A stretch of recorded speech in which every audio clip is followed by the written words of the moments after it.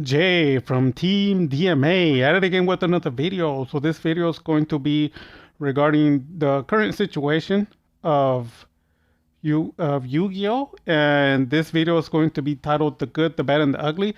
So I'm gonna do a quick recap of what the heck is going on just so people are aware. I know that there's some people that don't follow like the updates and stuff like that for the general part because either they're too busy, just like all of us, or we're over schedule, or you just don't care about Yu-Gi-Oh that much, or you play it not so casually, like you just play it, let's say maybe once every 2 weeks. So there's people that only play it once a month, or there's people who don't even play it, they just kind of follow it.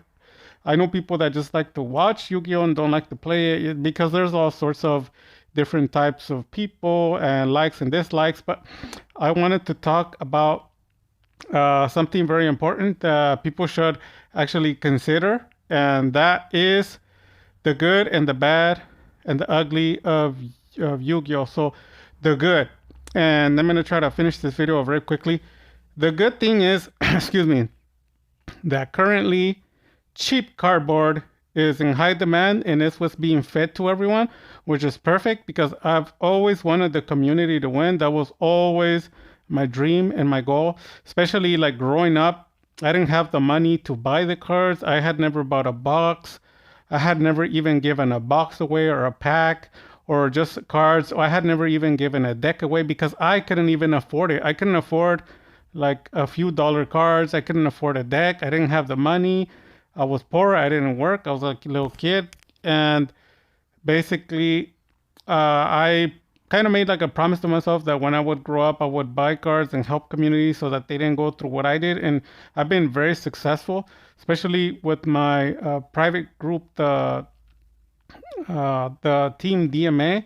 Yeah, and they've always supported me, and I always support my group, and I'll never stop supporting them until I leave. Even when I leave, I'll still be helping them out. But basically, having said that, just a really quick recap.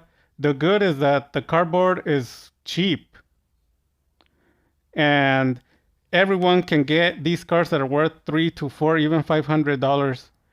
And the the uh, the good side of that is the community is winning. So that's the good. So everything's in high demand, everything's being reprinted, everything's cheap.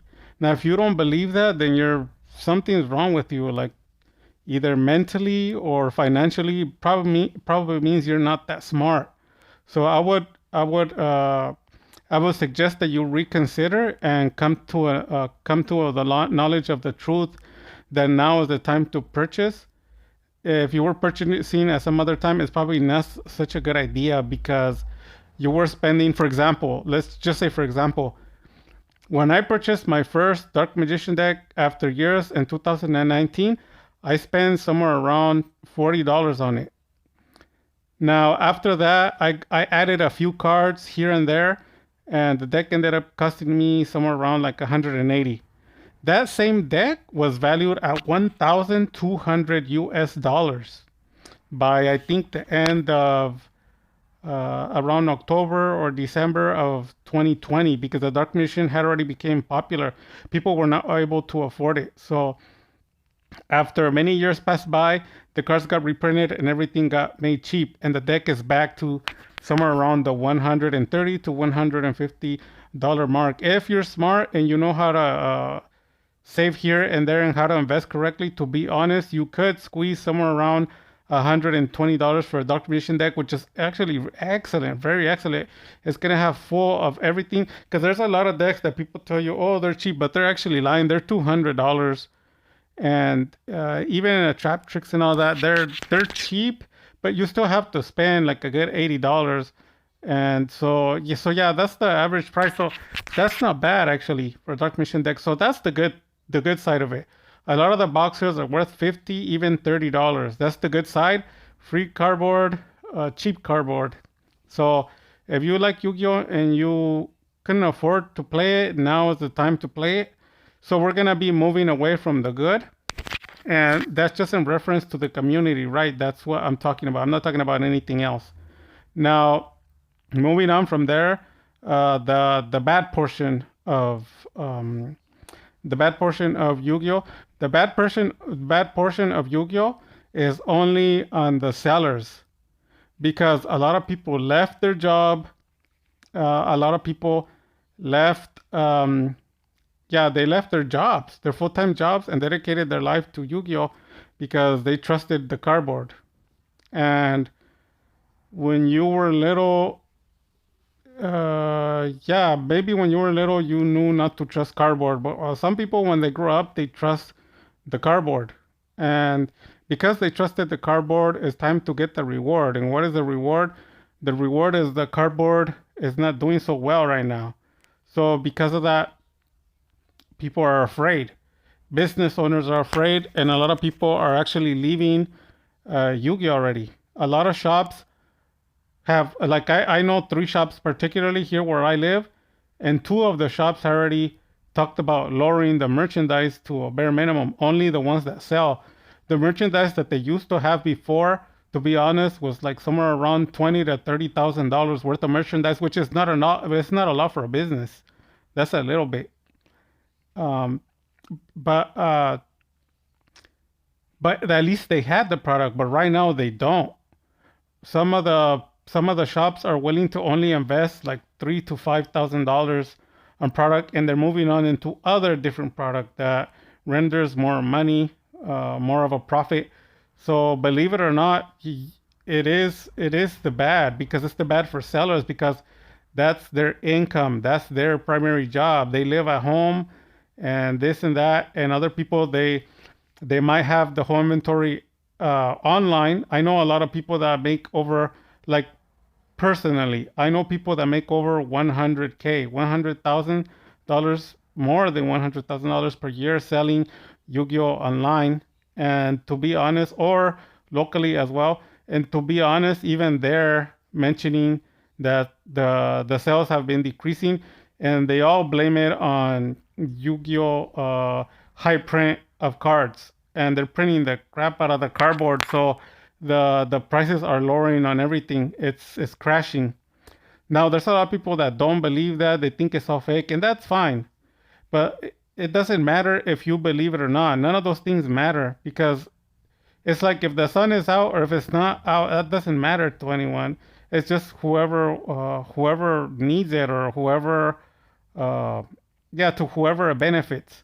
So someone, it might benefit them because they need the sun for their agriculture, like their farmers. Other people might need the sun, yeah, just for whatever reason they need it. So it all depends on who needs it, who it benefits.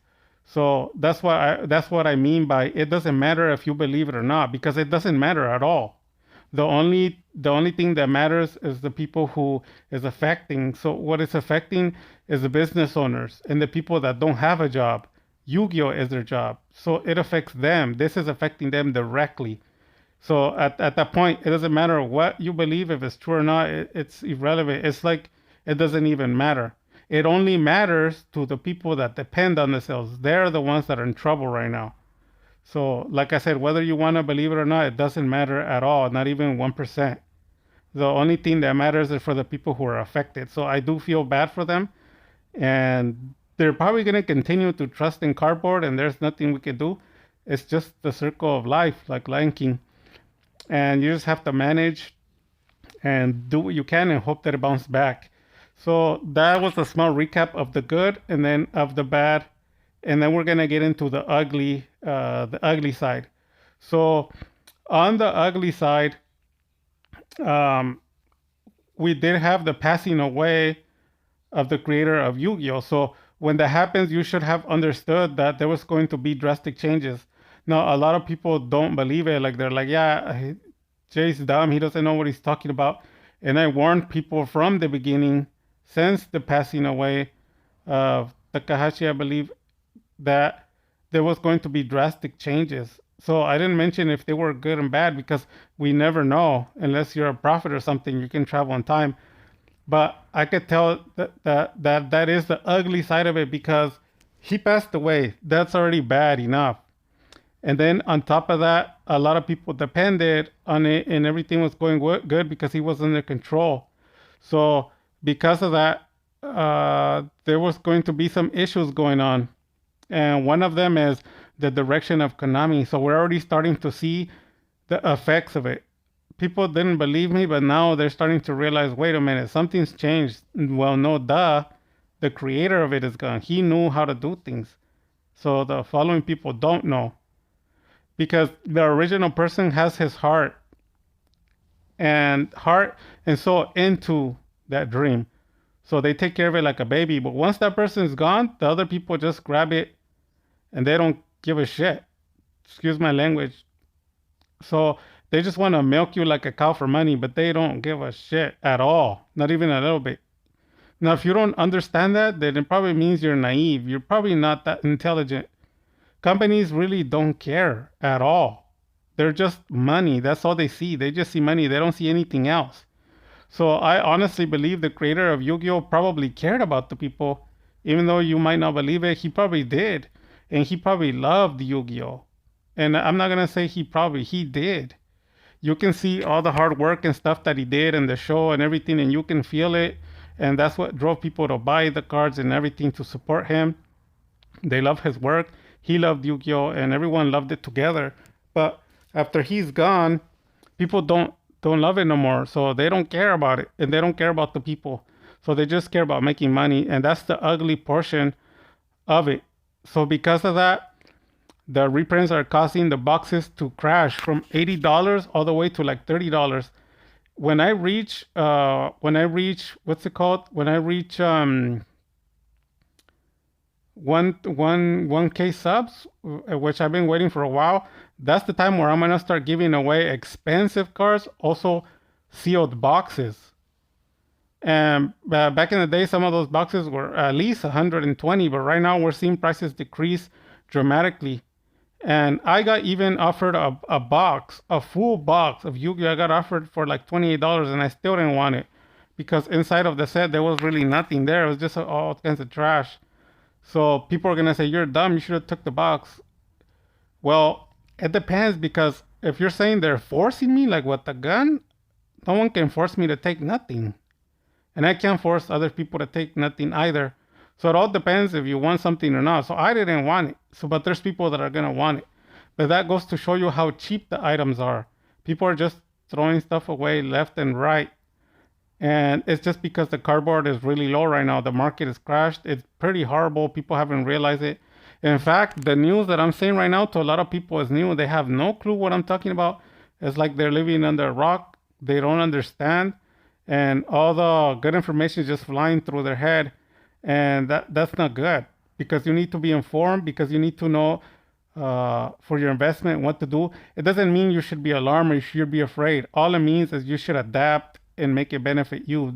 Because this is what this channel is about, the community. I don't care about Konami, right? I don't care about the stores or any of that. I care about the community. The community has to win. If the community doesn't win, then it's all gone to HELL.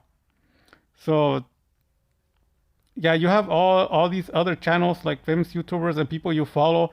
But if you notice, there's a big difference in their channel and this channel.